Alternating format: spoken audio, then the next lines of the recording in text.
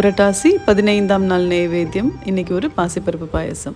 ஒரு கப் பாசிப்பருப்பை நல்லா வாசம் வர வரைக்கும் வறுத்துட்டு லைட்டாக கலர் மாறினாலும் பரவாயில்ல. ஒரு 4லேருந்து 5 கப் தண்ணி விட்டு நல்லா மலர்ற வரைக்கும் வேக வச்சு எடுத்துக்கோங்க. அதில் உங்களோட ஸ்வீட் எவ்வளோ தேவையோ அந்த அளவுக்கு வெள்ளைக்கட்டியோ நாட்டு சர்க்கரையோ சேர்த்து நல்லா கொதிக்கட்டும். கொதித்த பிறகு நல்ல நெய்யில் நான் முந்திரி பருப்புக்கு பதில் இந்த தடவை பாதாம் சேர்த்துருக்கேன். பாதாம் நல்லா வறுத்து அதில் சேர்த்துக்கோங்க. அதே நெய்யில் துருவின தேங்காவை நல்லா ஒரு மூடி தேங்காய் இருக்கட்டும், நல்லா வாசம் வர வரைக்கும் வறுத்துட்டு அதை சேர்த்துக்கோங்க. இது கூட ஏலக்காவும் பச்சை கற்பூரமும் சேர்த்துட்டிங்கன்னா பாசிப்பருப்பு பாயசம் ரெடி.